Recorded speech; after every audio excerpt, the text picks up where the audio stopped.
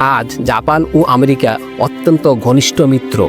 তারা একে অপরের সবচেয়ে বড় বাণিজ্যিক ও কৌশলগত অংশীদার। অনেকেই বলেন এই সম্পর্ক হলো শত্রুতার মধ্য থেকে বন্ধুত্বের শ্রেষ্ঠ উদাহরণ। যেখানে একসময় পারমাণবিক বোমা ফেলা হয়েছিল, এখন সেখানে প্রযুক্তির আদান প্রদান, শিক্ষার বিনিময় এবং বিশ্ব শান্তির জন্য একযোগে কাজ হচ্ছে। ইতিহাস আমাদের শেখায়, মানুষ চাইলে ঘৃণার জবাবে ঘৃণা না দিয়ে ভালোবাসার পথে এগুতে পারে। হিরোশিমা নাগাসাকি আমাদের মনে করিয়ে দেয় যুদ্ধ কত ভয়ঙ্কর হতে পারে। আর জাপান আমেরিকার সম্পর্ক আমাদের শিখায় ক্ষমা ও সহযোগিতাই ভবিষ্যতের পথ। যদি আপনিও বিশ্বাস করেন শান্তি যুদ্ধের চেয়ে শক্তিশালী, তাহলে ভিডিওটি শেয়ার করুন, লাইক দিন এবং আরও এমন ঐতিহাসিক গল্প জানতে চাইলে আমাদের চ্যানেলটি সাবস্ক্রাইব করুন। সবাইকে ধন্যবাদ।